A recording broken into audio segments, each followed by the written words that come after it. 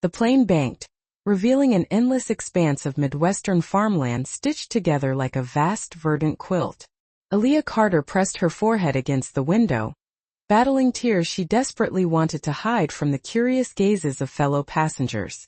Through the blurry haze of jet lag and recycled air, the Illinois landscape unfolded, a precise grid of fields punctuated by the sinuous ribbons of rivers. Rows upon rows of corn and soybeans stood in disciplined ranks, their uniformity unbroken except for the occasional water tower, bulbous and oversized, like giant toadstools dotting the flat horizon. The sunlight, a stark contrast to the often gloomy Pacific Northwest, bathed everything in a gentle, unhurried warmth. Yet within this serene tableau, nestled amongst the fields, was a house with green shutters and a porch swing that creaked a gentle melody on humid evenings, a porch swing from which a certain woman would wave no more. At baggage claim she watched the carousel disgorge a depressing procession of suitcases, a bleak parade that would never include the one she truly yearned for. The heavy satin boxes her grandmother, Miss Etta, kept in her closet, the sugar tin kitchen canister filled with buttons, the comforting aroma of lemon oil and laundry soap that permeated every inch of the house on Sycamore Hill. Instead, Aaliyah collected her scuffed gray carry-on and a duffel bag with a broken zipper, tightened her ponytail, and braced herself for the task ahead. She silently reminded herself that she was an adult, capable of handling whatever challenges lay before her. "Miss Morales?" The rideshare driver's voice trailed off, a characteristic inflection. He looked like a college student, judging by the university decal. "Northridge?" "Northbridge." On his dashboard and the forlorn, half-empty Red Bull can rolling listlessly in the cup holder. "Condolences," he offered after she gave him the address. In small towns, news traveled with remarkable speed. Everyone knew before you even had a chance to tell them. They drove with the windows slightly open, a stream of warm green-scented air flowing in, carrying with it the faint powdery ghost of gravel dust. Barns flashed by, resembling crimson punctuation marks in a long rambling sentence. Billboards offered a jarring juxtaposition of religious pronouncements and commercial promises. Jesus saves, tires at cost, family dentistry. They passed a pristine white church with a perfectly formed steeple, so immaculate it looked as if it had been meticulously crafted from stiff paper. Aaliyah counted the traffic signals, 3 between the town center and the hill, silently rehearsing the process of unlocking the door. The brass key ring with its oval fob still bore the tiny engraved image of a house, Sycamore, etched in a neat block font. Miss Etta had pressed the ring into Aaliyah's palm after her college graduation, whispering, "If one day I am not there before you, Nina, make yourself a sandwich. The bread is on the counter by the radio." Miss Etta had been present for virtually every significant milestone in Aaliyah's life since her father's departure. She was in Chicago when the principal called about 4th grade Aaliyah punching a boy who dared to mispronounce her name, deeming it too Spanish. Miss Etta, impeccably dressed in lipstick, earrings, and low efficient heels, had marched to the school and calmly stated, without raising her voice, "Then he will learn to say Spanish names with respect." She was there when Aaliyah totaled her first car, when she gained admission to the University of Washington, and when she moved to Seattle to manage grants for a nonprofit perpetually struggling with funding and sleep deprivation. Miss Etta had been a constant presence, a steadfast anchor, until, without warning because strokes rarely ask for permission, she was gone. The driver gently ascended Sycamore Hill, the tires crunching on the final stretch of gravel. The house emerged from the verdant landscape, appearing as if conjured from a cherished memory. Clapboard painted a delicate butter yellow, shutters a faded, decades-old green, and a porch as solid and reassuring as a firm handshake. The maple tree in the front yard resembled a ship in a past life, its branches stretching outward like rigging. 2 ceramic swans, chipped at their beaks, stood sentinel on either side of the steps. "You want me to wait?" the driver inquired. Aaliyah shook her head. He offered an awkward salute and drove away, his taillights blinking a silent farewell. The key slid into the lock with a familiar, slightly protesting sound. The door opened to reveal air cooled by thick walls and ingrained routines. The house still smelled distinctly of lemon oil and the passage of time. Aaliyah entered slowly, cautiously, as if afraid to disturb the lingering presence of her grandmother. The avocado green radio on the counter, older than Aaliyah herself, sat silent, but the kitchen table displayed a dried bouquet of Queen Anne's lace in a jam jar and a salt shaker bereft of its matching pepper mill. The sink was spotless. Miss Etta would have scrubbed it meticulously before church after supper, and likely, Aaliyah absurdly mused, right before the ambulance arrived. She placed her bags on the hallway runner and paused, allowing the house to communicate its silent story. Houses could speak if you knew how to listen. This one hummed with the echoes of drowsy summer afternoons, the scent of frying onions, the whir of a window fan, and the midnight coughs of the elderly dog Miss Etta used to keep. The staircase creaked on the third step, a familiar, unchanging sound. The hallway mirror reflected Aaliyah's travel-weary image, smudged makeup, hair escaping its confines, and behind her, she noticed Miss Etta's hat hanging on its peg. A soft navy felt hat with a net veil decidedly out of fashion but eternally appropriate in this setting, a symbol of unwavering tradition. In the living room, the Afghan lay folded with the precise angles of a promise kept. The armchair bore the imprint of Miss Etta's form, a memory foam halo. A paperback lay face down on the side table, its bookmark a recipe card. Pollo guisado, no te olvides el laurel. Do not forget the bay leaves. Aaliyah touched the card gently, then pressed her hand over it, as if she could will the meal back into existence, conjure the steam and garlic aroma, coax the house to utter a warm welcome. "Hi, abuela," she whispered, addressing either no one or the lemon-scented air. "I'm here." The pragmatic voice within her, Miss Etta's voice honed by years of practical necessity, issued its instructions. Open the windows. Check the refrigerator. Call Tasha. Tasha had phoned after the funeral, offering her assistance with the church paperwork, the onslaught of casserole dishes, and the myriad of details no one ever prepares you for.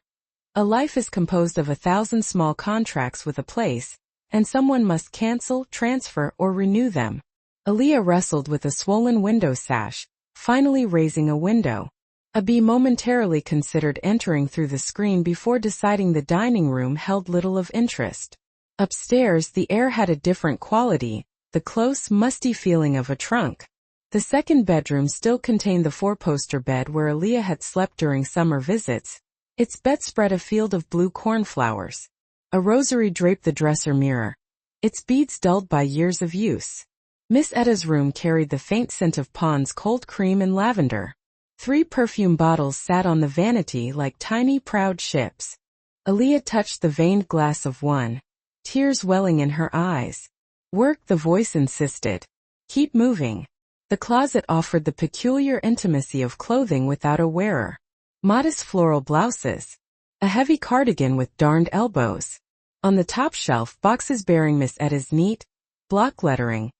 Easter, winter hats, Christmas, and one unlabeled box.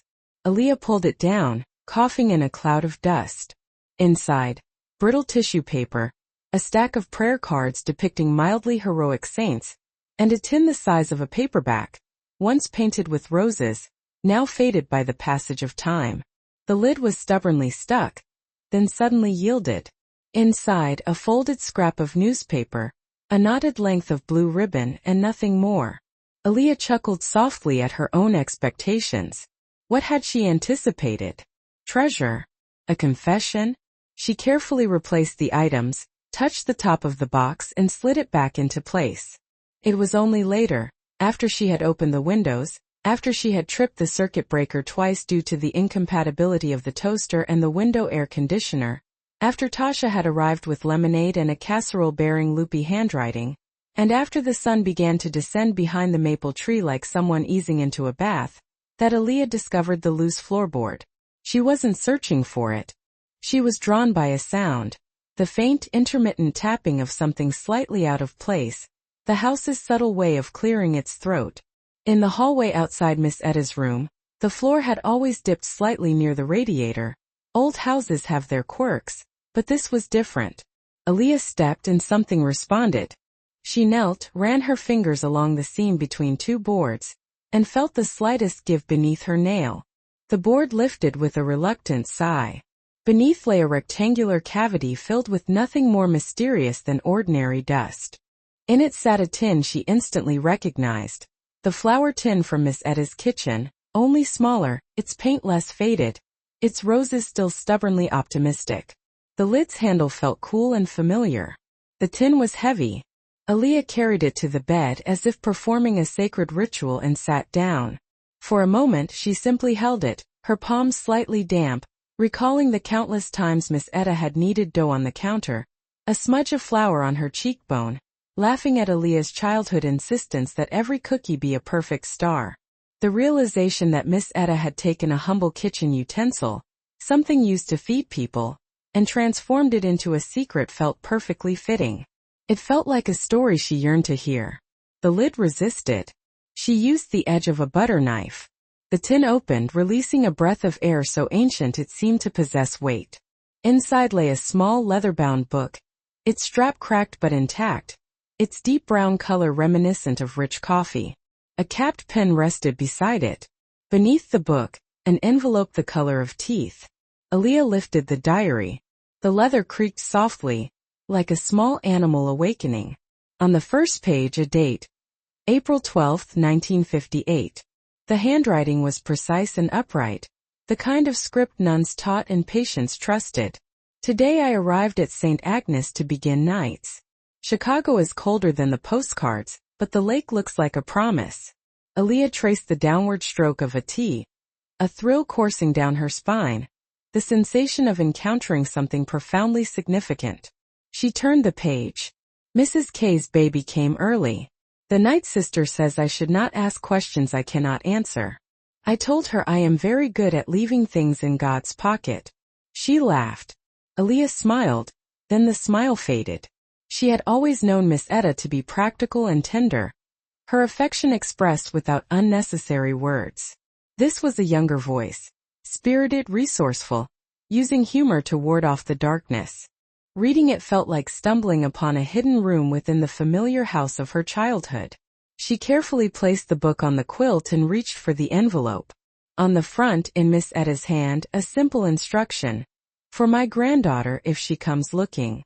The paper trembled in Aaliyah's fingers. She slipped a nail under the flap and gently opened it. Inside was a photograph, deck-alleged, a black and white image that held its secrets within the subtle gradations of shadow.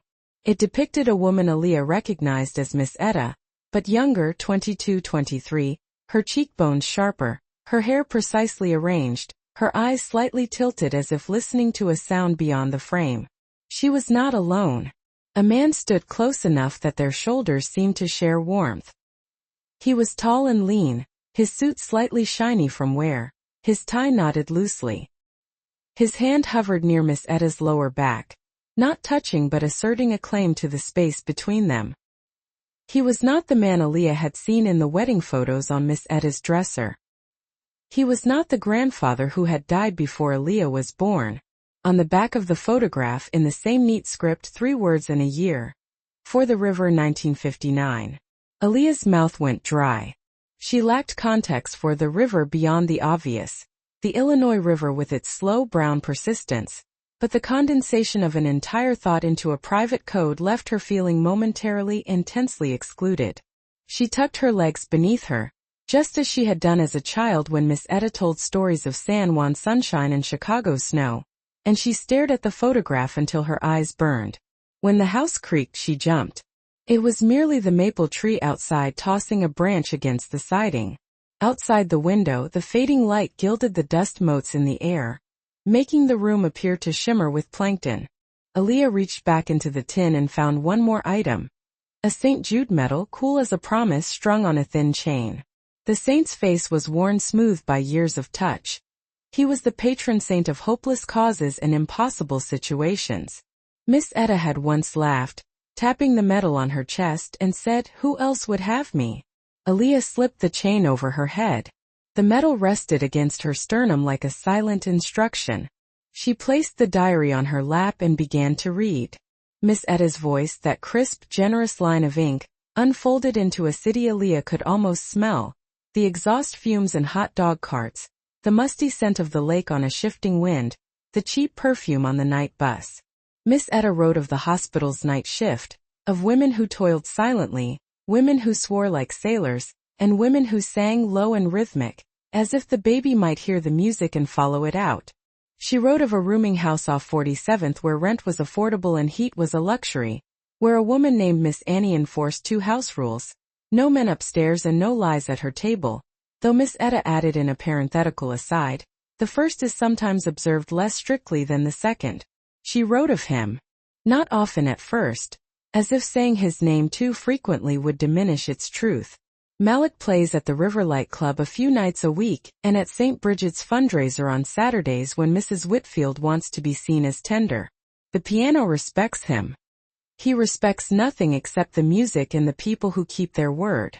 He says my hands smell like limes. I told him he needs better metaphors. Aaliyah felt a tightness in her chest, an ache with no outlet. She had never seen Miss Etta flirt, never witnessed her hide a smile. In Aaliyah's memory, love belonged to others, and Miss Etta was the one who provided umbrellas when their skies turned stormy. She turned another page. Malik says he's saving for a better piano, one with soft keys that won't betray him. He plays a lullaby that he says is for a future I can't see yet. He calls it my lullaby. I tell him it sounds like a river at night. The word river again recurring like a refrain. Aaliyah thought of the back of the photograph for the river, and shivered despite the warmth of the room. Footsteps sounded on the porch. Aaliyah closed the diary instinctively, like hiding a letter from a parent's scrutiny. She wasn't sure why she felt protective. The house was hers for now, the diary was hers by instruction. Yet a lifetime in a small town teaches you that eyes are everywhere, even when no one is unkind. Aaliyah? A voice called, its tone echoing choir practice. Honey, you home? I'm here, Aaliyah replied, rising to her feet, smoothing the quilt like a child. Tasha appeared in the doorway, carrying a Tupperware container and a sun hat, her cheeks flushed from the walk uphill. She was one of those women the Midwest produced in abundance and then guarded like treasure, cheerful as corn syrup until a task required attention, at which point she transformed into a steel bridge. She placed the Tupperware on the dresser and took Aaliyah's hands without asking, her palms cool. You eating? She asked, a Midwestern way of inquiring about Aaliyah's well-being. A little, Aaliyah liet. Tasha recognized the lie and allowed it to stand. I brought a chicken dish. The church ladies have been busy. If you don't tell me to stop, you'll have casseroles until Advent. She glanced at the bed. What's that? Aaliyah paused, then chose a truth that wasn't entirely the whole truth. Something of Miss Etta's, she said. I found it in the closet. Tasha's eyes softened. Miss Etta kept things neat, she observed. But neat can fool you into thinking everything got put away. She looked out the window at the maple tree at the fading light. You know, people forget what a force she was. Came up here when folks still didn't know what to do with a brown girl who could outwork them. She made them learn. Tasha tilted her head, listening to a memory only she could hear. When the river light burned, she organized the blankets. Did you know that? Aaliyah's pulse quickened. No, she replied cautiously. I didn't know she was there. Oh, everybody was there after. Fire trucks took forever. Half the town turned up with buckets like water could make itself enough if you just believed hard. Tasha seemed to realize she had revealed more than she intended. Anyway, she said briskly, I'll put the chicken in the refrigerator. Tomorrow you come by the parish hall.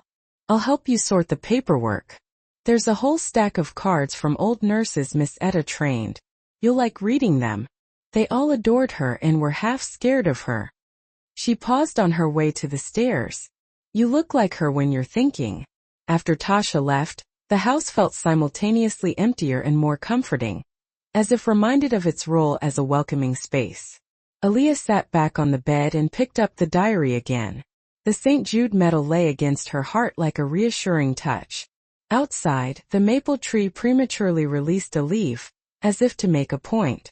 She read until the words blurred, until the fading light necessitated the lamp, until the lamp attracted moths to the screen in soft, fluttering collisions. Miss Etta's voice intertwined hospital stories with the music of a man who saw her as a gateway to something deeper. There were notes about the price of eggs and a joke about a doctor who mispronounced uterus, as if it were a planet. There were lists, laundry, call mama, starch caps. And then interwoven with the mundane like a fish in a shallow stream, there were secrets. Tonight, Mrs. Whitfield asked me to pray over her checkbook. I did not. Malik laughed when I told him, then played me the river song. When I close my eyes I see a small hand. I am afraid of what I am and what I am not yet. Aaliyah's fingers tightened around the pages. Her own mother, Janelle, had been born in 1961 in Sycamore Hill, or so the family story went. Miss Etta had married Jerome Carter in 1960, a kind man from the Mills Yard crew, always pictured in the photographs with the glow of a long-ago sun. He died in a machinery accident before Janelle turned 3. The story was a straightforward narrative, the kind towns repeated without hesitation. But the diary's dates were small pebbles in the shoe of that linear tale. Aaliyah returned to the envelope, to the photograph that had waited decades in the darkness. She traced the curve of Miss Etta's jaw, the shadow of the man's hand in the air. On the back, the words for the river 1959 seemed like a challenge. Okay, Aaliyah said aloud to the empty room, to the diary, to the Saint metal, to the long silent floorboards and the soft red hush of the maple outside. Okay, I'm looking. The wind shifted, and the house responded with a sigh, like the beginning of a story. That night, Aaliyah created a makeshift workspace at the kitchen table, like a graduate student on the verge of a breakthrough. Diary, legal pad, pen, a sweating glass of lemonade left by Tasha, the St. Jude metal cool against her chest. The radio, avocado green and stubborn, refused to find any station besides static and baseball games, so she turned it off and let the crickets provide the rhythm. Through the screen, the maple leaves rustled in their soft language. Somewhere down the hill a dog barked twice and then fell silent. She took a deep breath and opened Miss Etta's diary where she'd left off. April 18, 1958, St. Agnes. Nights, the smell of ether and coffee. The coffee is older than the ether and insults us both. Tonight Mrs. K's baby came too fast and the doctor came too slow. Sister Ruth's shoes squeaked like new mice. When it was over, the baby's cry sounded like a trumpet with a dent, thin but certain. Mr. K cried and apologized for crying. I told him he was just learning a new language. Afterward, in the nurse's room, my hands shook. The night sister watched me strip the bed and said, "You're good, girl." It is not a thing she would say if she didn't mean it. She has the smile of a person who knows the price of everything but still pays more for fruit. I went to the window for air and saw the lake after midnight, black like a velvet dress, every streetlight a pin. Malik met me at the corner by the bakery. Not by arrangement. He says he walks when he has more music than he can carry. He had his hands in his pockets and his shoulders hunched like the cold had teeth. They keep your soul in there, he said, nodding toward the hospital. I keep it in my shoes, I told him, and he laughed. He asked if I wanted a donut. I said yes. We ate them walking toward the lake, sugar sticking to our gloves. He told me his mother sang in a church in Memphis. His father drove a truck and sang in the truck. He told me the piano is a puzzle where all the pieces change shape if you look away. I told him I am from a city of salt and saints, and he said, "Which one saved you?" And I said, "The one with good aim." He held a door for me at Miss Annie's rooming house and didn't try to come in. He said, "I got a song that sounds like the middle of the night and a coin you find on the street." I said, "Play it for me when it stops snowing." He said, "Baby, this town don't know when to stop snowing." I went upstairs and washed sugar off my hands until the water ran hot again. Aaliyah reread the paragraph 3 times, smiling at the same sentence each time. I keep it in my shoes. It was the kind of self-deprecating humor Aaliyah would have used herself, then quickly dismissed for fear of sounding sentimental. She envisioned Miss Etta, younger than she had ever seen her, small and quick in a white cap, her feet already in motion. She could hear the scrape of chair legs in the nurse's room, the private laughter of women whose lives were framed by pain and paperwork. She turned the page. May 2, 1958 Riverlight.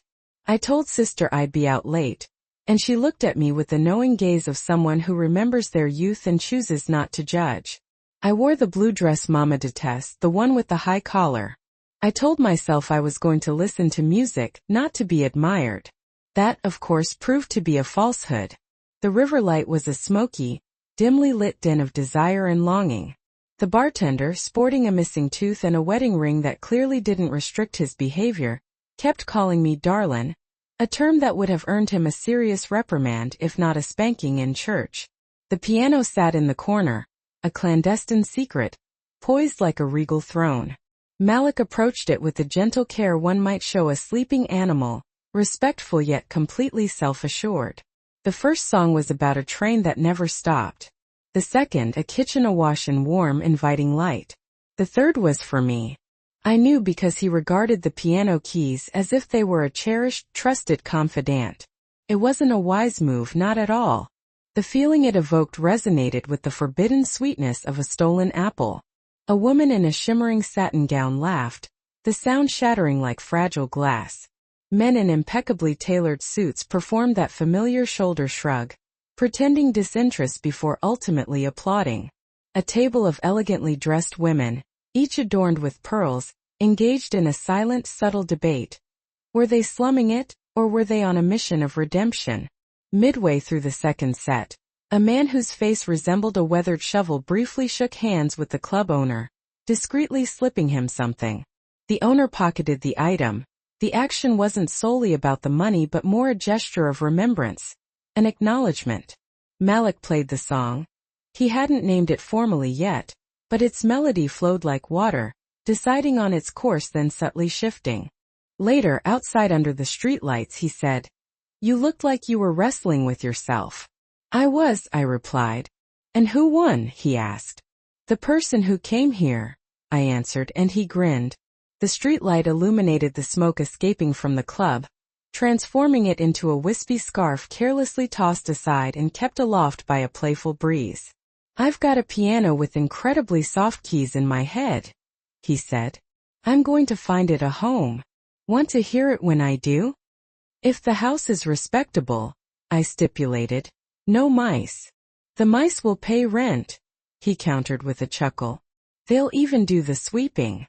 We walked as far as the corner where girls with a sense of propriety turned right, while those more impulsive continued straight ahead.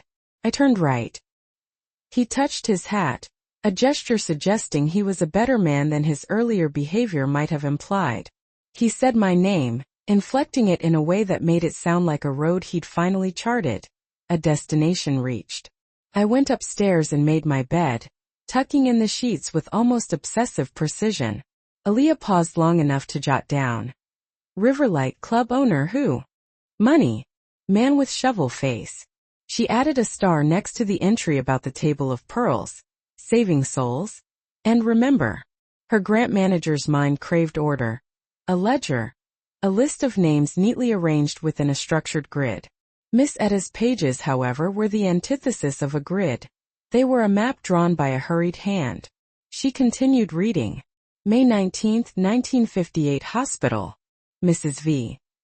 Arrived wearing more makeup than a girl headed to prom, carrying a bag that didn't seem to contain any baby supplies. She claimed she was visiting a friend, but her face betrayed a quiet disintegration, a fracturing barely perceptible from a distance. 2 hours later, she was in a brightly lit room, and I found myself pressing 2 fingers below her hip bones, reassuring her that she possessed more courage than most men.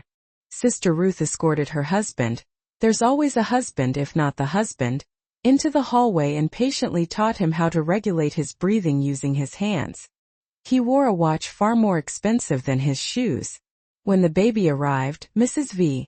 bared her teeth in a grimace reminiscent of a swimmer struggling against a strong current, then wept, overcome with conflicting emotions.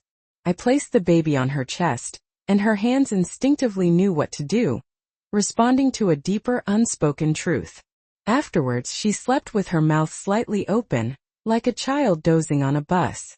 The man kissed the baby's head without ever naming it.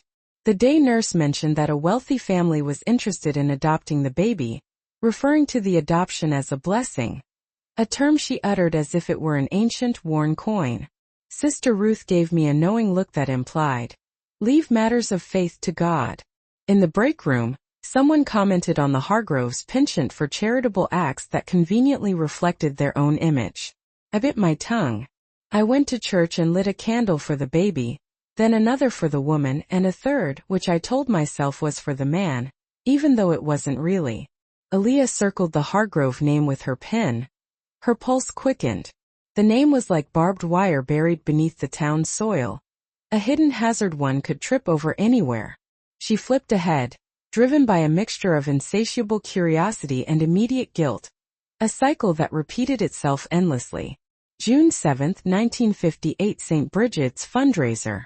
I ironed my cap until its edge felt sharp enough to cut. The Hargroves hosted a summer picnic that affected a posture of humble simplicity. Mr. Whitfield shook hands with every man present, and informed one woman that she looked spry, a word best reserved for dogs. Mrs. Whitfield touched my elbow, as if checking my pulse. "You're the little nurse everyone likes," she remarked, as if these expressions of affection were coupons she could redeem at her leisure. "We must keep you." "God keeps us," I responded and promptly moved on. Malik performed under a tent adorned with excessively flamboyant twinkle lights. He avoided looking at me for 3 songs. Then he did, and I was instantly reminded of the ability to simultaneously hate and love a man.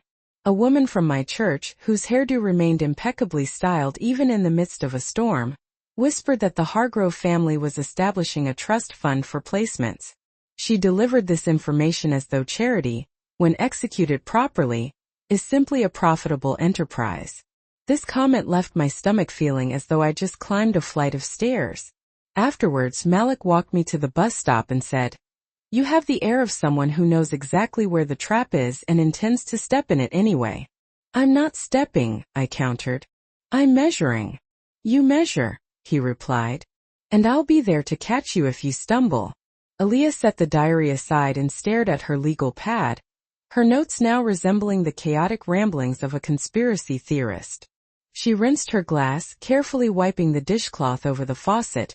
Miss Etta's meticulous domestic habits felt almost prayerful, and returned to the table.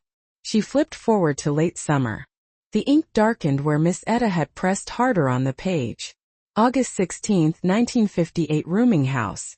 The heat was oppressive, almost suffocating. Getting out of bed would feel like a miracle.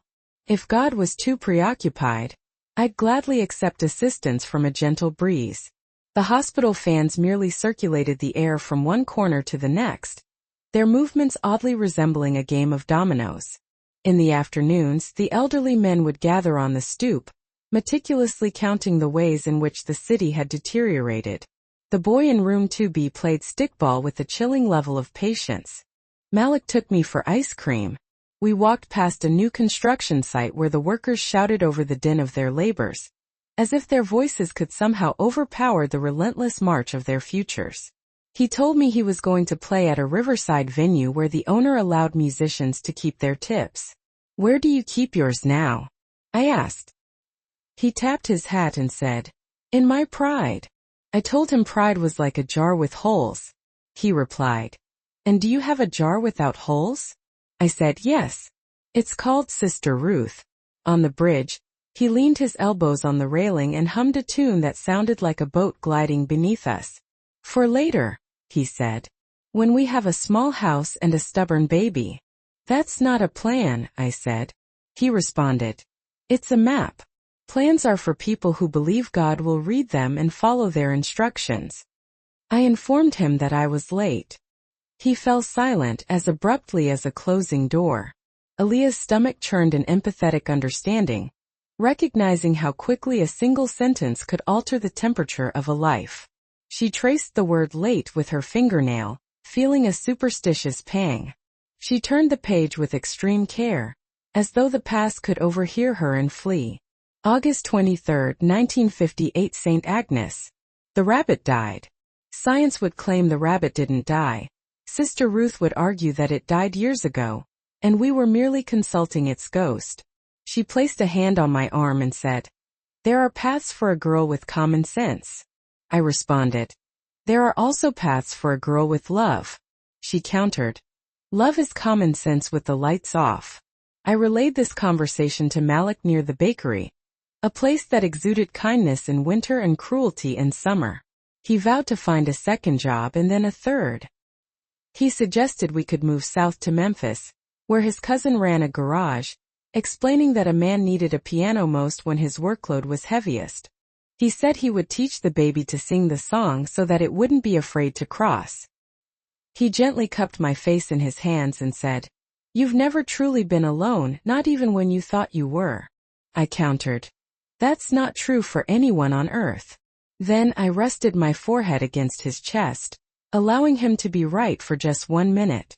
Miss Annie declared that a baby was a rent increase one couldn't dispute, and threatened to replace my head with a colander if I brought a man upstairs. She boiled a potato for me and watched me eat it, as if observing for any signs of wavering resolve. September 10, 1958, St. Bridget's back steps. Mrs. Whitfield found me on the church steps, settling into a position that resembled the queen of a forgotten colony. She adjusted the hem of her skirt and said, "Our family is establishing a legacy of care." I responded, "Care is a legacy you don't announce." She smiled, the expression feeling like a draft of cold air under a door. "We help girls who find themselves in difficult situations," she said. I replied, "I don't need help." She looked at my hands folded over my stomach and said, "Everything alive needs help, nurse." She suggested they could place the baby with a family just like mine, but with a father present. She added that she had a special fondness for girls like me who understood gratitude, pronouncing the word gratitude as if it were a valuable possession easily misplaced, and the word are like a leash. I countered, "Boys raised by the river learn to swim," she warned. "Rivers flood." I didn't tell her I was the flood. Aaliyah leaned back, a sound escaping her that hovered precariously between a sigh and laughter. She'd never heard Miss Etta assert herself so completely and unapologetically. She wrote on her legal pad, "Mrs. Whitfield, placements pressure. Our kind." She underlined leash and flood. Then she flipped ahead to see how Miss Etta's defiant stance had fared. October 2, 1958, Miss Hattie. Word reached me through the church that Miss Hattie possessed knowledge of both ancient and modern ways. She's a small woman with a spine as straight as a highway. Her porch smelled of mint and newspaper, she declared. "I don't take babies away from their mothers. I help them navigate the world, and then I remind their mothers that the world will steal their children if they don't hold on tight." I told her I wanted to hold on tight. She touched the back of my hand and said, "Good. Then we'll do just that." She offered me biscuits and urged me to stop pretending I could simultaneously be a saint, a nurse, and a mother without sacrificing sleep. She wrote a list of names in a ledger using a stub of pencil, instructing, "Some of these people will try to buy you. Be busy when they come." November 11, 1958, work. Money. Sleep. Sister Ruth secured me extra shifts. I could feel my own pulse thrumming in my ankles. Malik repaired radios in the afternoons and came to the house on the corner to play for free, provided the owner allowed him to touch the keys. He spoke to my stomach as if it held opinions. It responded with fish-like kicks at the sound of his voice. Miss Annie pretended to be angry with both of us, then left a pie on the table, instructing whoever ate it to wash the dishes. The Hargroves sent an anonymous envelope through the parish, the card inside simply stating "for the baby," with no return address, as if we wouldn't know who it was from. I placed it beneath the leg of the wobbly table at Miss Annie's house. Now it stood steady, and we ate without our cups sloshing over. Sister Ruth labeled this act as pettiness. I called it physics. December 24, 1958, midnight, Massachusetts. Malik stood at the back of the church, abstaining from communion but nonetheless weeping.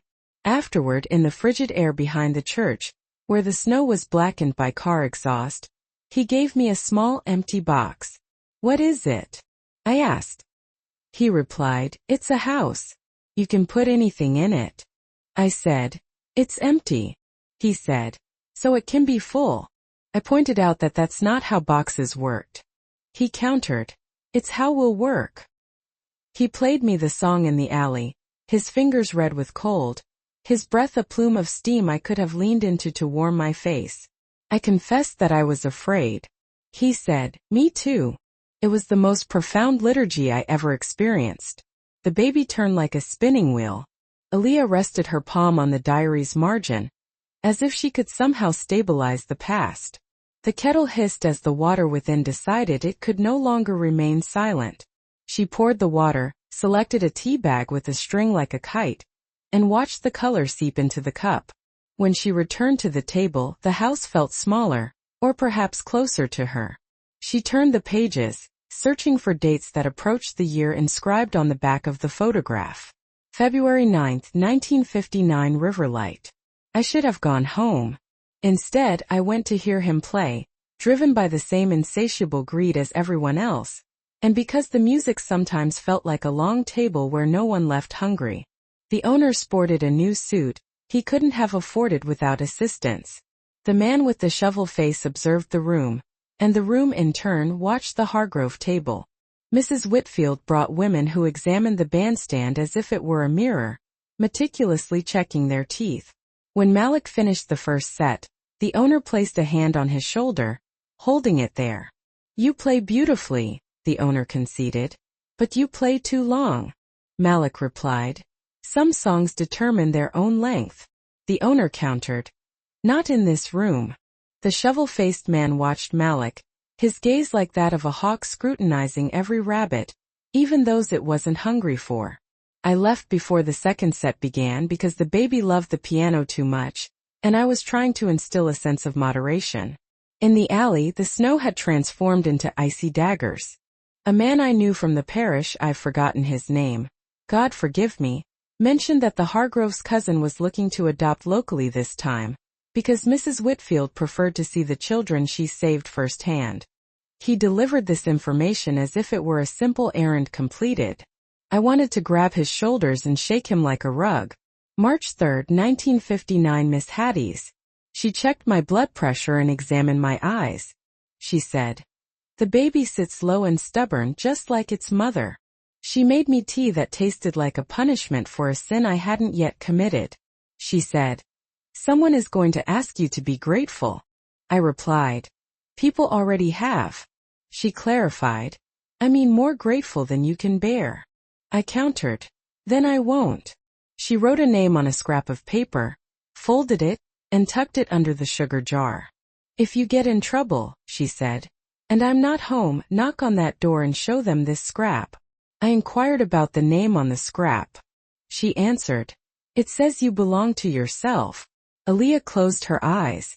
She could visualize the sugar jar, the scrap hidden beneath, the way women fashion talismans from paper and belief. She picked up her pen and wrote, without looking, "You belong to yourself." She turned the page, sensing that the narrative was leaning toward the river, much like a body drifting toward sleep. April 1, 1959 Sycamore Hill. I came to this town, to this house I hadn't yet known. Sister Ruth sent me here for air, for rest, for escape. She knows how to save a person without instructing them to sit down. A churchwoman found me a room and addressed me as dear, a term that conveyed a sense of polite distance. The air smelled of damp rope and grass. I walked past a hill crowned with a maple tree that fancied itself an orchestra. There's a house with green shutters and a porch that looks as though it would catch you if you jumped. Mr. Jerome Carter from the mill carried my suitcase to prevent me from tripping. He looked at my ringless hands, then at the road. He asked, "Do you have people?" I answered, "I am people." He laughed and said, "That's right. He doesn't look like a man who will live very long. He looks like lightning that thinks it's handsome." April 12, 1959 Back to Chicago for a day. Malik met me at the station wearing a hat far too light for the weather. We argued for the first time, a disagreement that brought into sharp focus the spaces we would never inhabit. He wanted to go west, he wanted to stay, he wanted a piano, he wanted me to be safe. I wanted all those things too, but I doubted the Hargroves would allow us to have them simultaneously. He said, "I'm not afraid of them." I countered. Be afraid of me then. I won't hand our baby over to a woman who sees gratitude as a leash. He said softly, what if there's no other way that doesn't break you? I responded. I'd rather be broken by myself than held together by someone who wants the credit. We stood on the platform until our breath materialized as ghostly figures, meeting and parting. He put money in my pocket. I returned it to his. He said, there's music out there that hasn't been written yet. I replied, then write it quickly. He kissed my palm as though he were trying to inscribe something there. The train carried me back to Sycamore Hill and the house that, even before I knew it, already knew me. Aaliyah realized she'd been leaning forward so intently that her back ached. She set down her pen, stretched her hand, and reread the date. April 12, 1959. A year and a day after Miss Etta's first entry. The life contained within these lines had transformed from flirtation to confrontation, all while the world outside continued its relentless progress. Buses, watchmen, women bearing envelopes, and a maple tree growing its leaves. She skimmed the pages, then stopped. There it was, the year on the back of the photograph. June 5, 1959 for the river. Water possesses a sound even when still. It remembers its movement. Today I went to the bridge and told the river that my baby would never be a blessing anyone could claim. I said it aloud like a character in a play who couldn't care less whether the audience believed her. A boy tossed a stick into the water. It disappeared beneath the surface like a decision made. Miss Hattie says it will happen any day now. Sister Ruth sent a package, caps I don't need and the faith I do. The churchwoman here said Mrs. Whitfield wanted to bring me broth. I replied that my stomach and I were both excellent sinners, and we desired nothing from her hands. A man followed me from the bus stop to the house. He had a shovel-like face and a suit that seemed hastily purchased. If you posed a question to him, it would simply bounce off. I stood on the porch and smiled like a woman planning to bake a pie. He turned away, as if the street itself had somewhere else to be. June 8, 1959. The boy. It was work, then a miracle, then work again. He has a cry like a siren and a face that resembles his father. If his father were a small, furious moon. He's a boy. He's more like a river than I've ever been. When he suckled, he made a sound like a machine starting up. Miss Hattie patted my shoulder and said, good. He's stubborn. He'll need that. I wrote Malik a letter and placed it beneath the statue of St. Jude on my dresser. I don't yet know if the post office can handle this kind of weight. The churchwoman knocked and said Mrs. Whitfield had sent broth. The broth didn't enter the door. The boy did. Aaliyah's throat tightened. She pressed the pad of her thumb between her eyes, as though she could force open something that had been closed for a long time. Boy. The word rested in the middle of the page like a house. She read the next entry with the feeling one has when entering a room they know will hurt them, yet they go anyway. June 10, 1959 storm. They arrived in the afternoon, when the sky resembled wet wool. Mrs. Whitfield brought a cousin with a notary's smile and a document that employed the word guardianship, as if it had a halo. They claimed a judge would approve. They said the baby would have a lawn. They said I would be remembered as a girl with common sense. I retorted, you're a woman with money. The cousin said, we're a family with means. I replied, I am a family. He didn't appreciate that. The shovel-faced man stood on the sidewalk, gazing at the maple tree as if it could bear witness. When I refused, they smiled, as if I'd performed a charming act. When I refused again, their smiles vanished. The cousin uttered words that felt like closing doors. Welfare, fitness, best interest. He said the father was a person of concern. The father, a musician, countered my claim. He sighed. Oh honey. I despise that saccharine term, especially when used to dismiss a woman's assertion of ownership. I declared that if anyone tried to take the baby, the entire town would witness my fight. Mrs. Whitfield retorted that the town already knew the outcome. After their departure, a violent thunderstorm descended, pinning the sky down to the earth. The baby slept soundly, as if exhausted from a long, hard day's work.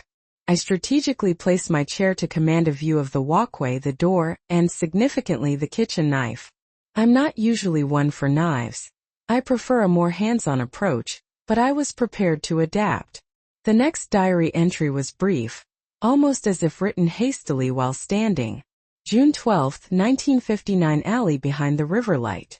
The air hung heavy with the pungent smell of gasoline. Someone whispered faulty wires, their mouth forming the words, while their eyes conveyed a stark warning.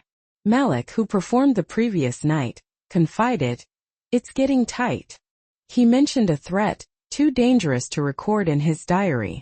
I suggested, "Come to Sycamore Hill." He responded, "I can't bring a match to that house." The unspoken truth hung in the air. He wasn't the danger. He was the potential solution. I refrained from stating the obvious. Sometimes stating the ideal solution only compounds the problem. If I need to flee, I'll seek refuge with Miss Hattie. If I need to be unyielding, I'll be the stone that shatters the wheel. Aaliyah leaned back, the page suspended in her hand, the kitchen's soft light illuminating the wooden surface like a tranquil pond. The year had been a period of intense sharpening, a period of significant change. The baby celebrated his first birthday. The Hargroves were plotting. The river light reeked of gasoline. And tucked away in a tin box under a floorboard on the back of a photograph was a note. For the river, 1959. She meticulously organized her notes, circling and emphatically squaring names, meticulously recording dates, and creating a constellation of asterisks, a code decipherable only to her and a deceased nurse. The room resonated with the powerful presence of women, their shoes softly squeaking on the wooden floor, their expressions resolute, their laughter echoing in defiance of the men who believed the world's order was unchangeable. Gently she closed the diary for the night, holding the St. Jude medal between her fingers, a silent prayer for guidance. "I'm still looking," she whispered, her words directed at Miss Etta, the boy Nathaniel, and the ever-flowing river, a silent witness to the unfolding events. Sleep evaded her, so she carefully carried the diary upstairs, treating it with the utmost care, and placed it on her pillow, as if its contents could act as a guardian during her sleep. Outside, the maple tree fought a fierce battle with the wind until both were exhausted. Down the hill in the distance a dog barked once, a lonely sound that quickly faded into the stillness of the night. Sycamore Hill held Aaliyah with the same gentle strength.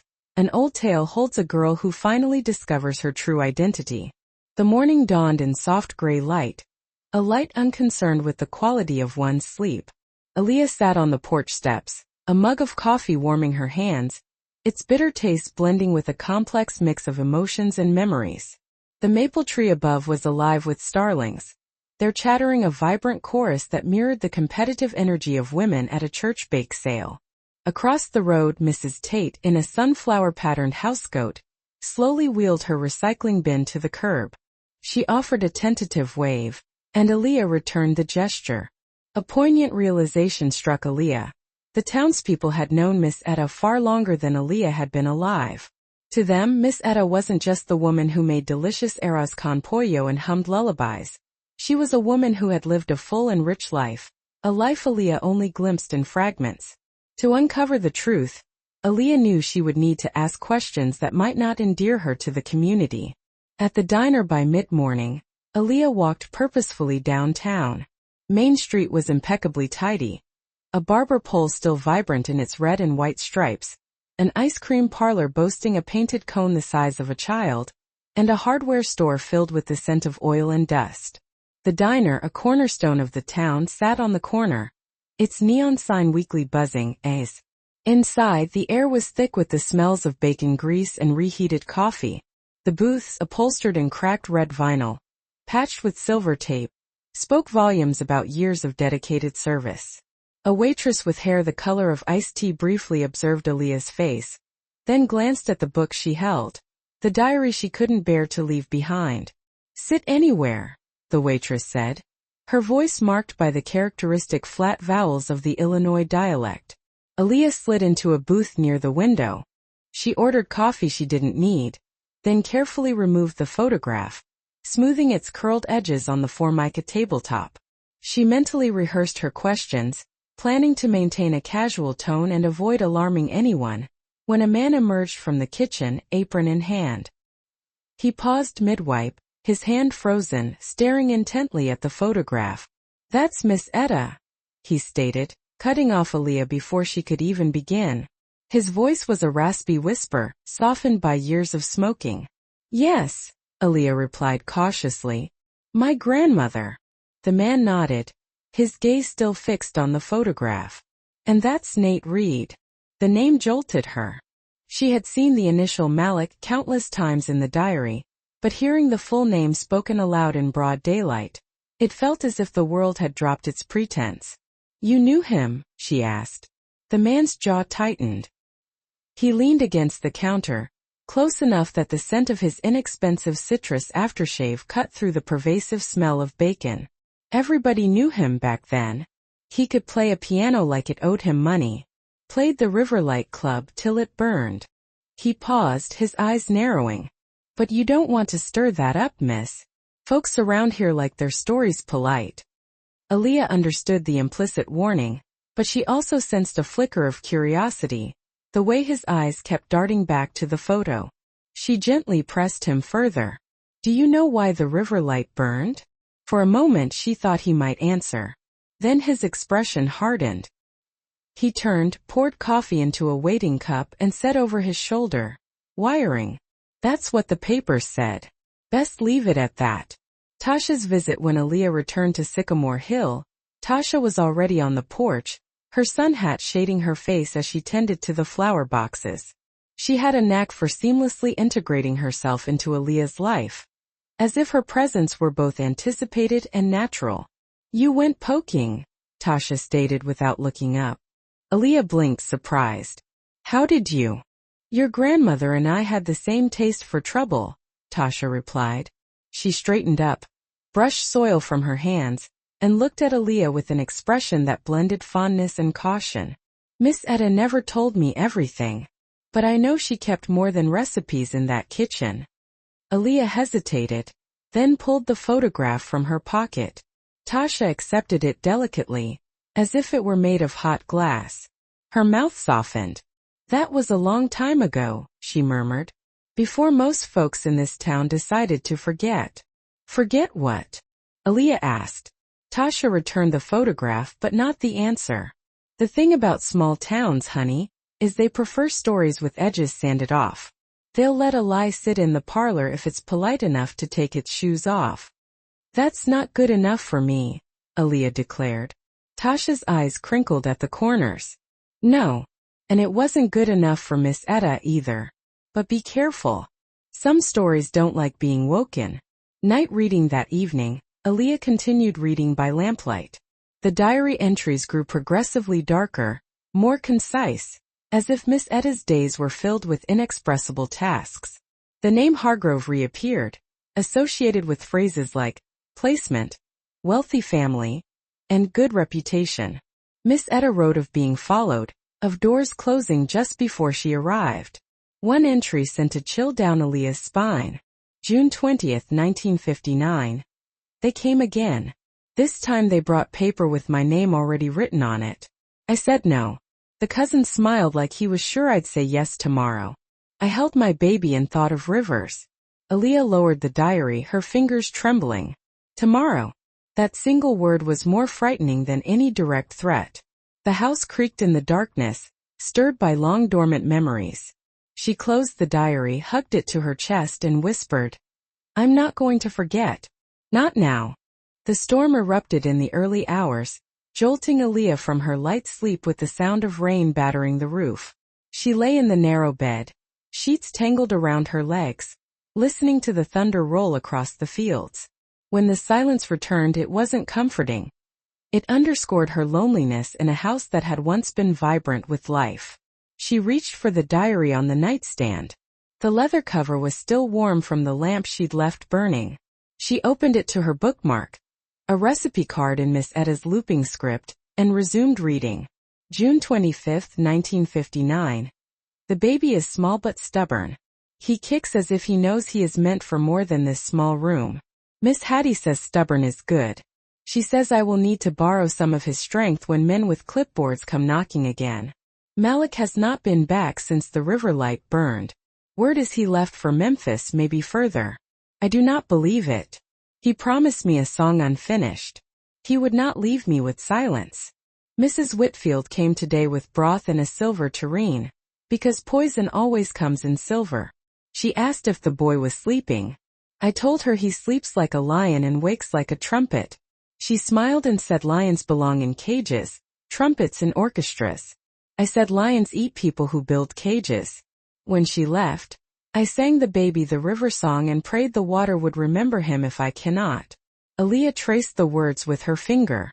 If I cannot. The phrase carried a palpable sense of foreboding. She flipped ahead several pages.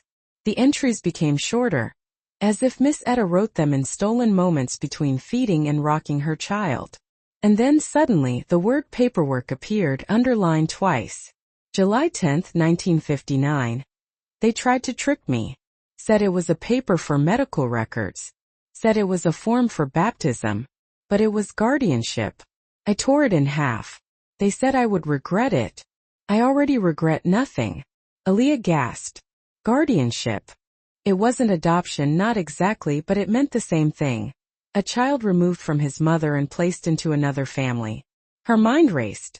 She'd always believed her mother, Janelle, was Miss Etta's only child. At least, that's what she'd been told. But the diary suggested otherwise. A boy. A brother. A son stolen, perhaps under pressure from wealth and intimidation. She pushed away from the bed, the diary still open in her hands. Her heart pounded so forcefully she feared it might bruise her ribs. She needed air.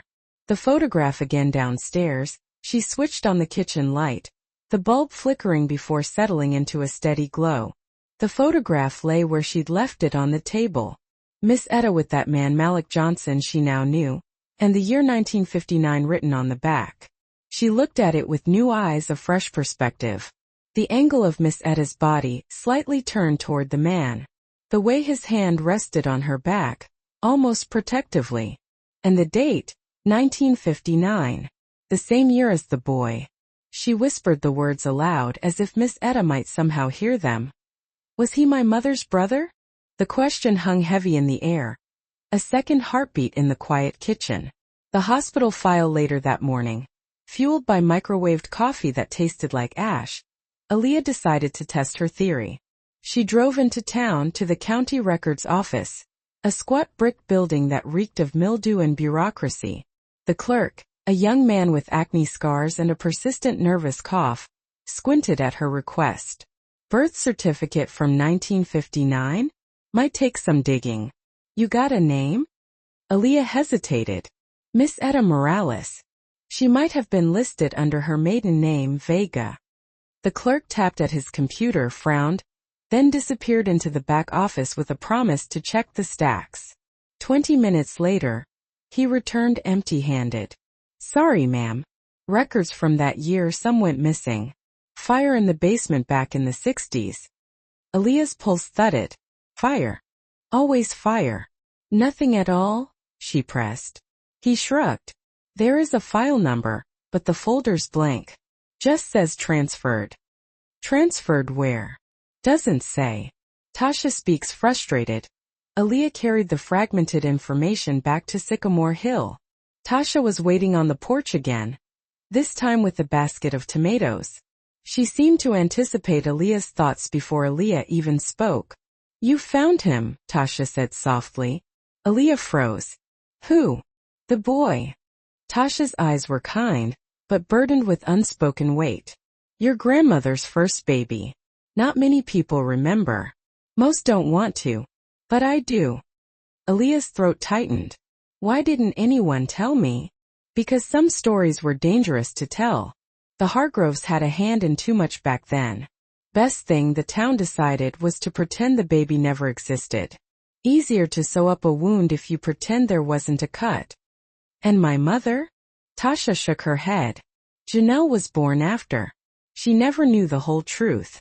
Maybe Miss Etta thought she was protecting her. Maybe she was ashamed. Or maybe she was just tired of fighting.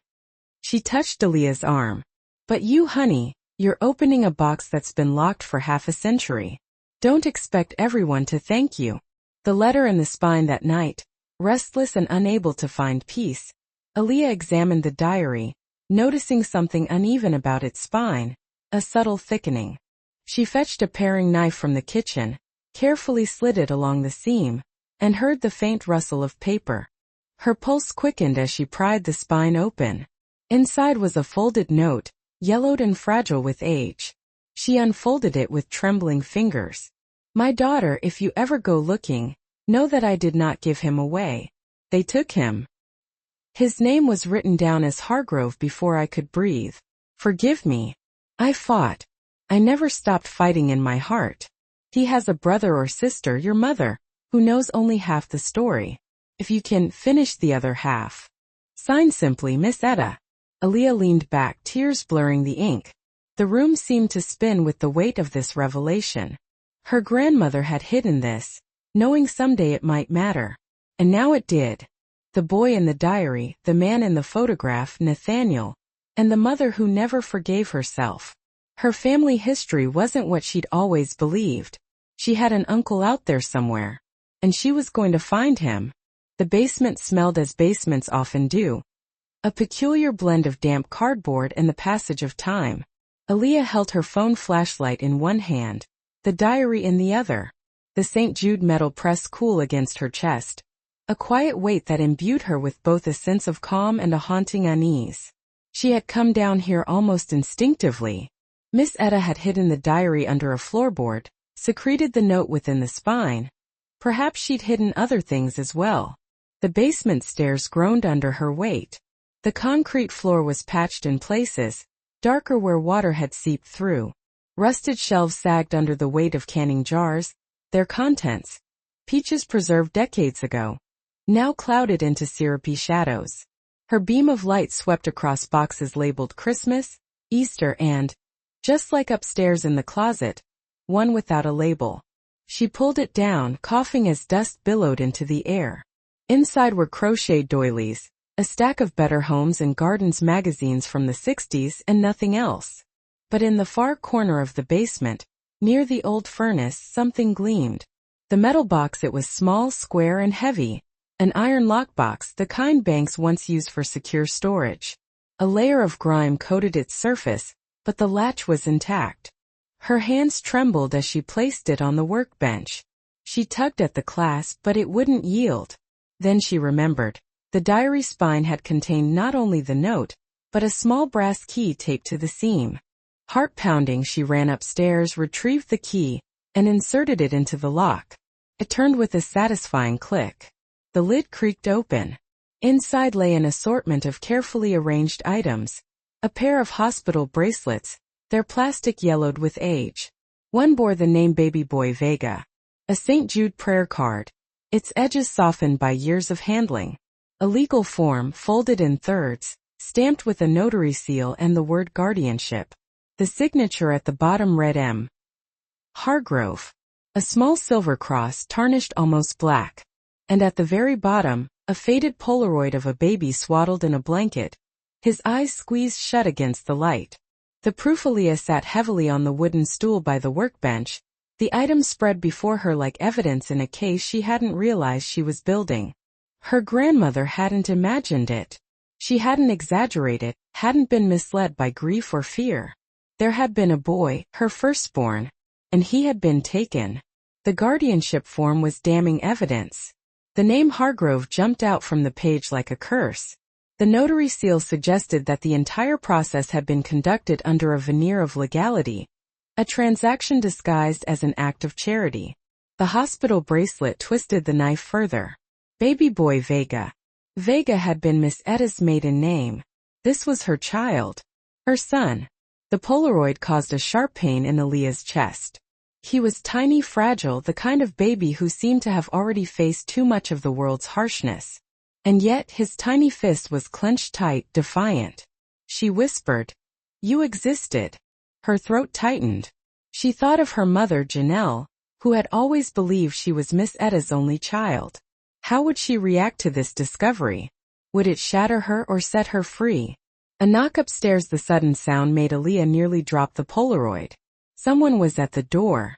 She quickly closed the lockbox, tucked it under her arm and hurried upstairs.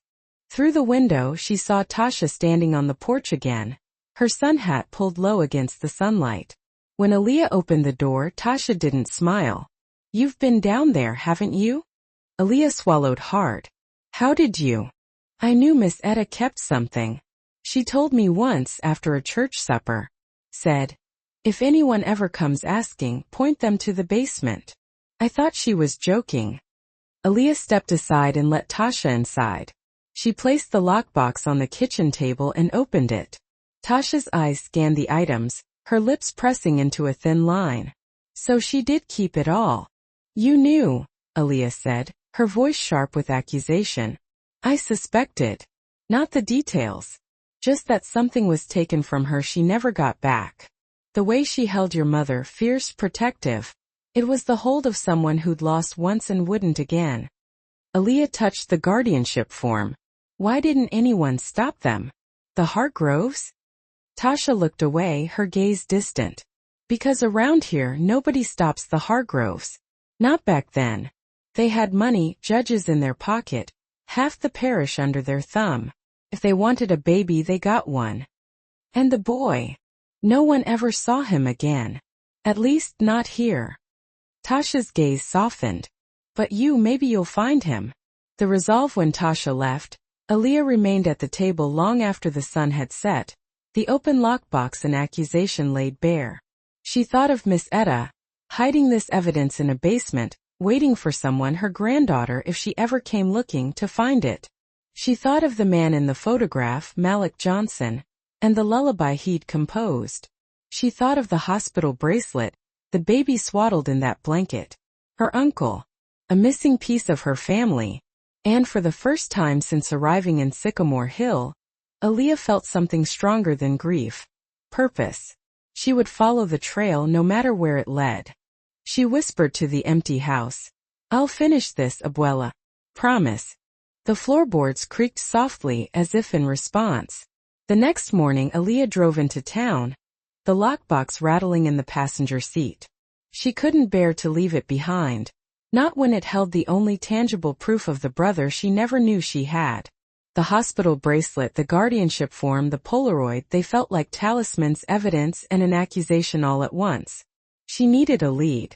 And there was one, right there in Miss Etta's diary, the lullaby. Malik Johnson's song, the one Miss Etta called the River Song.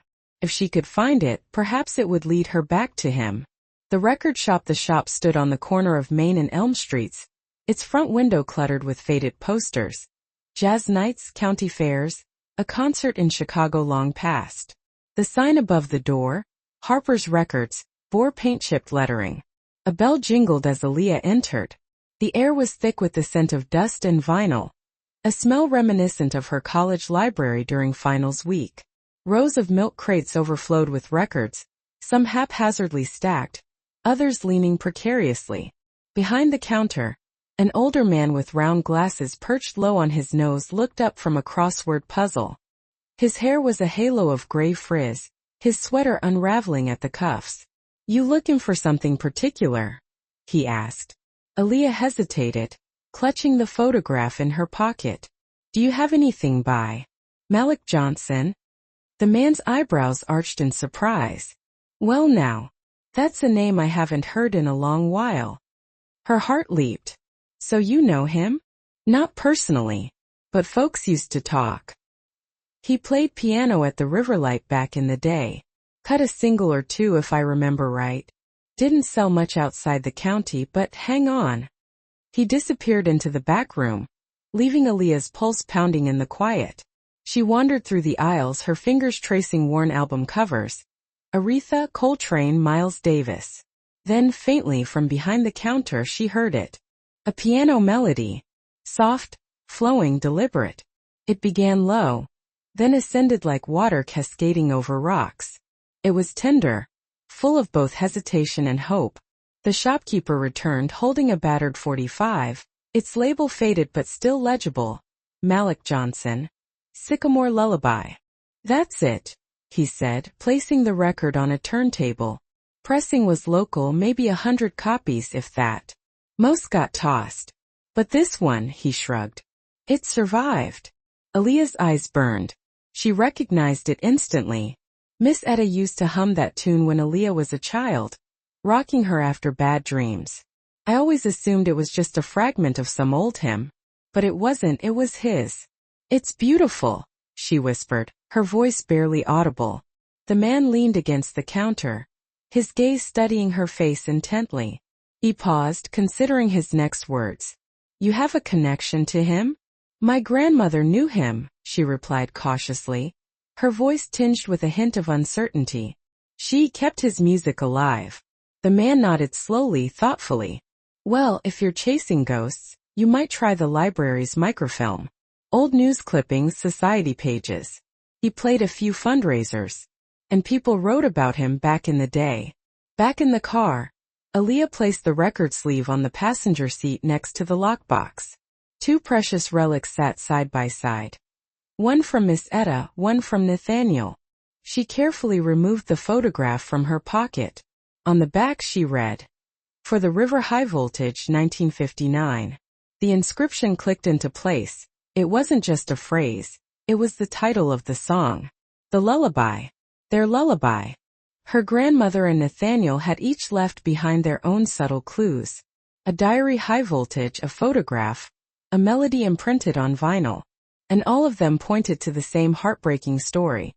A love tragically cut short, a child taken away, a river high voltage that still bore their names, a river of time that stubbornly refused to let them go. That evening, Aaliyah followed the shopkeeper's advice. The Sycamore Hill Public Library was small but solid, its brick exterior softened by a lush covering of ivy.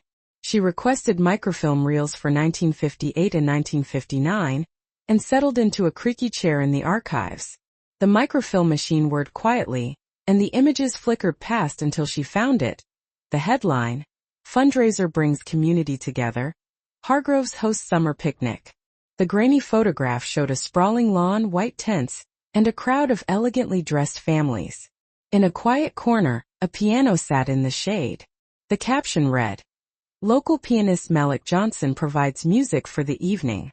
There he was, in a sharp suit, his head bent over the keys, his hands a blur of motion. Miss Etta wasn't in the picture, but Aaliyah didn't need to see her. She could almost feel her presence. Another article a few weeks later. Tragedy at Riverlight Club, fire claims historic venue. The text blamed faulty wiring, just as the diner owner had mentioned. But in the final paragraph, one line snagged Aaliyah's attention. Eyewitnesses reported that local musician Malik Johnson was present at the club on the night of the fire high voltage, though his whereabouts afterward remain uncertain. Her heart sank. Whereabouts uncertain? He hadn't died in the fire. He had simply vanished. Back at the house, Aaliyah sat at the kitchen table, surrounded by her findings. The diary high voltage, the lockbox, the record, and the microfilm printouts. The disparate pieces were slowly beginning to fit together, forming a disturbing pattern. The boy had been taken. Nathaniel had disappeared. Miss Etta had fought back but had been silenced. And now, decades later, it was Aaliyah's responsibility to finish what they had left unfinished. She carefully placed the record back on the turntable. The lullaby filled the kitchen, each note soft as a whisper, and for the first time, Aaliyah felt not just sorrow, but a fierce, unwavering determination. She whispered into the quiet room, "I'll find him." Both of them.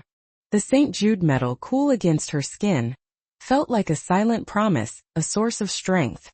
The Riverlight Club stood at the far edge of town, where the Illinois River widened into a slow, brown expanse. Once it had been a glamorous spot, a sparkling jewel in an otherwise ordinary county. Now it was a ruin, a haunting skeleton of its former glory. Aaliyah parked on the cracked shoulder of the road, the gravel crunching under her tires like brittle bones. The building was little more than a charred shell. Bricks blackened by fire high voltage, windows gaping like empty eye sockets, a rusty sign hanging precariously on a single hinge. Weeds had overtaken the parking lot, and the front steps sagged, weary from years of waiting for dancers who would never again grace their surface. She stood at the fence line, clutching the photograph of Miss Etta and Nathaniel, her heart pounding in her chest. The air was heavy and still, the silence unnerving. The place didn't just look burned. It looked defeated, resigned to its desolate fate. Not much to look at, huh? The voice startled Aaliyah. She turned to see an older man leaning on a rake, his cap pulled low, obscuring his eyes. His coveralls were stained with the earth he worked. His face was deeply lined, a roadmap of years spent under the sun and smoke. "Sorry," Aaliyah said, quickly tucking the photograph back into her jacket. "I didn't mean to trespass." He shrugged. "Ain't my land. I just keep the weeds down so the kids don't get hurt fooling around in here." He gestured at the ruins with the rake. "You here for history or ghosts?" "Maybe both," Aaliyah admitted, her voice a mere breath. The man studied her, his gaze sharp and assessing before nodding slowly. "You're Miss Etta's girl." Her breath hitched in her throat. "You knew her?" "Everybody knew Miss Etta. Strong woman. Didn't scare easy." He jabbed the rake into the dirt, the sound sharp and sudden in the stillness. "I remember the night this place went up. Folks said wiring. But wiring don't scream like a man being warned." Aaliyah stepped closer, drawn in by his words, by the unspoken weight of his knowledge. "You were here?" He shook his head. "Got here after. Smoke was still heavy, flames licking the roof. But I saw him, your piano man, right before the fire, high voltage. Tall, sharp suit, playing like he was in church. Malik Johnson. Folks came for him as much as the drinks. And that night..." He paused, his eyes narrowing, lost in the grim memory. "That night he played with his head turned toward the door, like he was expectin' company he didn't want." "Company," Aaliyah repeated, the word hanging in the air between them, thick with unspoken threat. "High voltage. Who?" The man spat into the dirt, the sound a sharp punctuation mark to his words. "Hargrove boys. They ran half the county then. Had their fingers in everything, clubs, politics, you name it. If they didn't like you, the town didn't either." "What did they want with Nathaniel?" Aaliyah pressed, her voice firm despite the tremor in her hands. The man's eyes flicked to her jacket, where the corner of the photograph was just visible. "Same thing they always wanted, control. He didn't bow enough. Didn't play polite enough.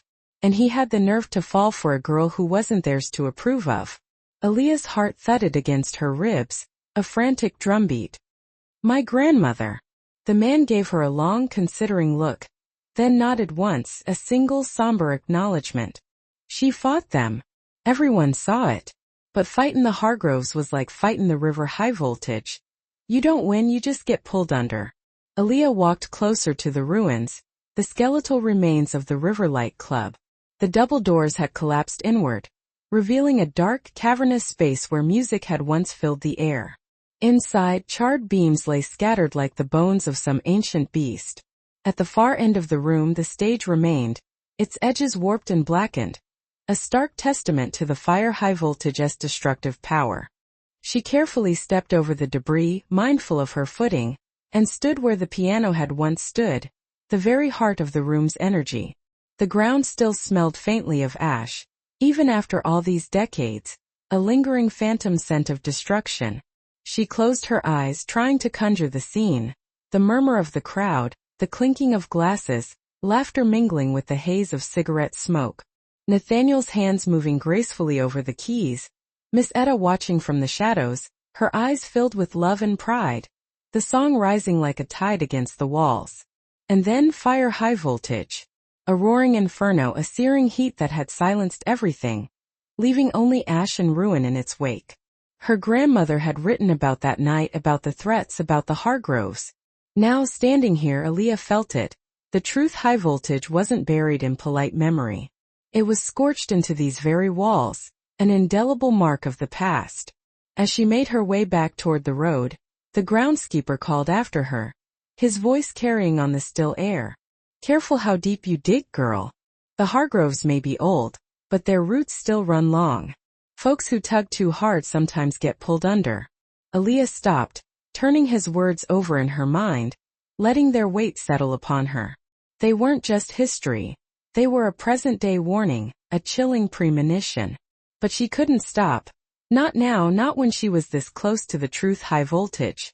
She climbed back into her car, the photograph warm in her pocket, the lockbox rattling faintly in the back seat, a constant reminder of the journey ahead.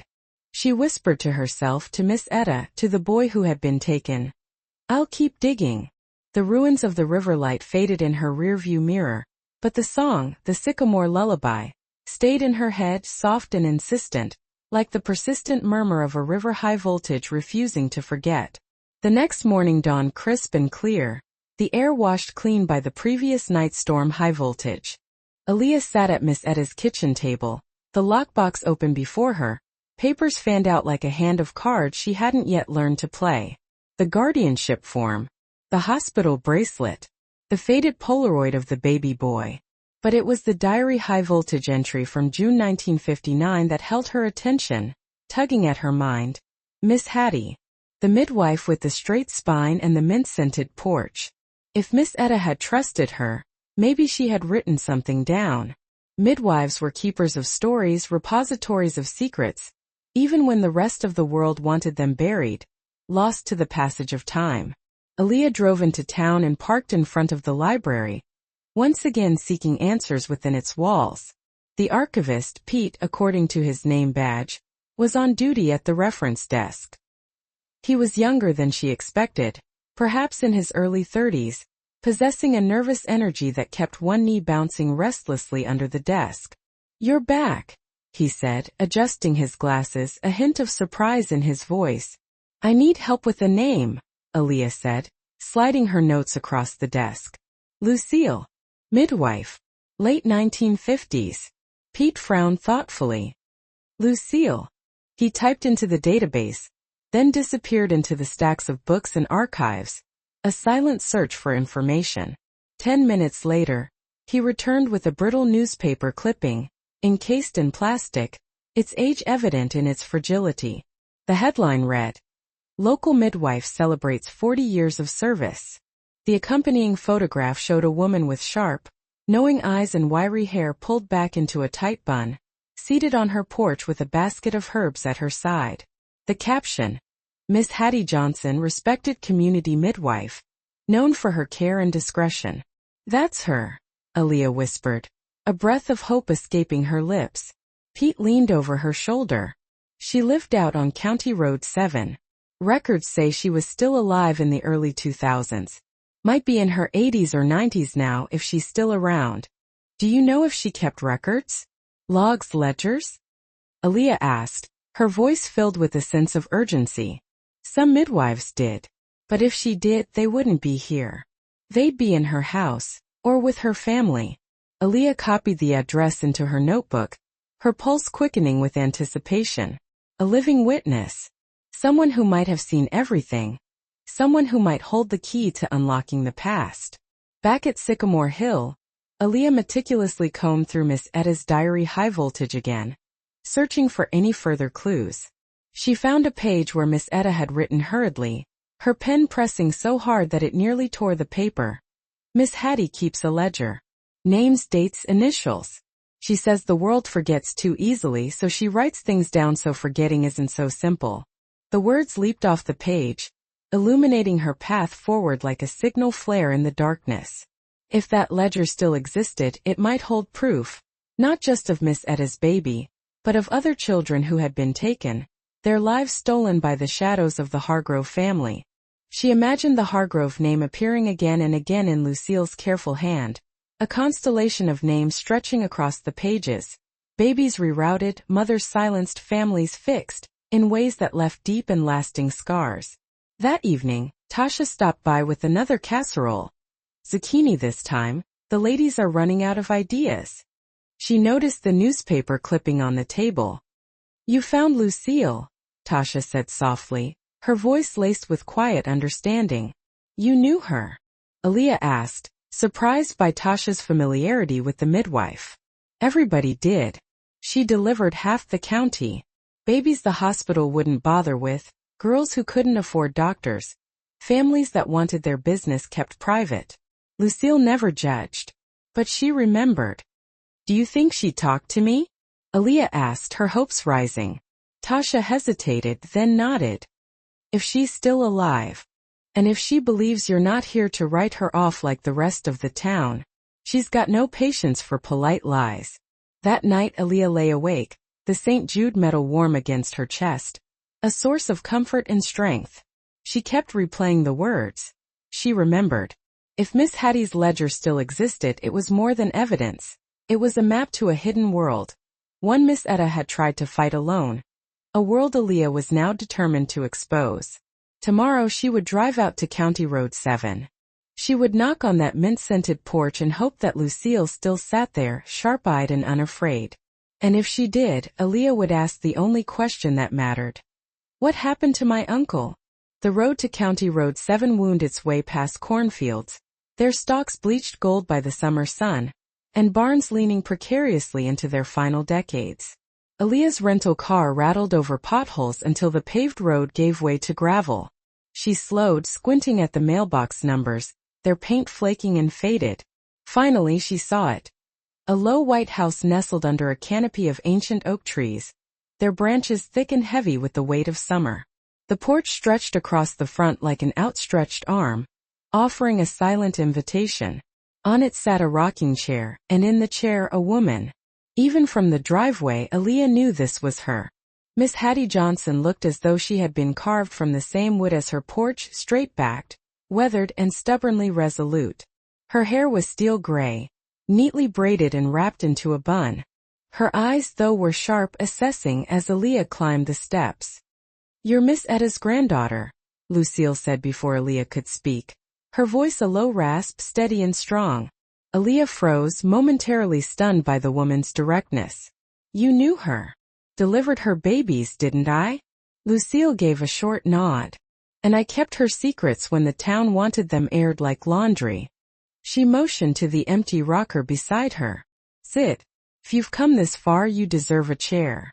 Aaliyah sat, her heart thudding a frantic rhythm against her ribs. "I found her diary high voltage. She wrote about you. She said you kept a ledger." Lucille's lips curved into something between a smile and a grimace. "A midwife has to. Memories fade, lies get told, but ink doesn't forget. Do you still have it?" Aaliyah asked, her voice barely above a whisper. Lucille's gaze lingered on her, measuring, assessing. "Why are you looking, child?" Aaliyah swallowed, gathering the courage to speak the truth. "High voltage. Because my grandmother's son, my uncle, was taken. All I have are scraps. A hospital bracelet. A guardianship form with the Hargrove name. A photograph. I need to know what happened to him." Lucille rocked slowly, the boards beneath her chair groaning in rhythm with her movements. Then with a sigh, she pushed herself up and disappeared inside the house. When she returned, she carried a black leather ledger, its edges frayed, its pages swollen with age. She set it on the porch table between them. The air seemed to grow heavier, charged with the weight of untold stories. "Every baby I ever delivered," she said, her voice filled with the lifetime of memories. Date, mother's name, father if he was around, weight, notes. And when somebody else came to claim them, well, I wrote that too. Her gnarled fingers flipped pages until she reached the summer of 1959. She tapped a line written in neat, upright hand.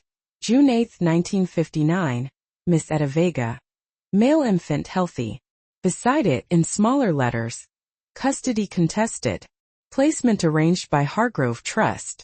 Guardianship transferred. Aaliyah's chest clenched. It was real. Miss Etta hadn't imagined it, hadn't exaggerated. The ledger was irrefutable proof. "Who did they give him to?" she whispered, her voice choked with emotion. Lucille shook her head. "Paper trail stops there. Families were told they were Savon babies from shame. Mothers were told they had no choice. And the Hargroves got to play saints. Why didn't anyone fight them?" Aaliyah asked, her voice laced with a mixture of anger and despair. Lucille's eyes flashed, a spark of defiance burning within them. "Some of us tried. Miss Etta fought harder than most. But the Hargroves owned the judges, the lawyers, the sheriff. You go up against them, you learn fast how small you are. Aaliyah traced the ink with her fingertip, the words a tangible link to the past. So he's out there. Somewhere. Lucille's voice softened, a hint of compassion in its tone. He is. But you need to ask yourself if you're ready for what you'll find. A boy raised with lies grows into a man,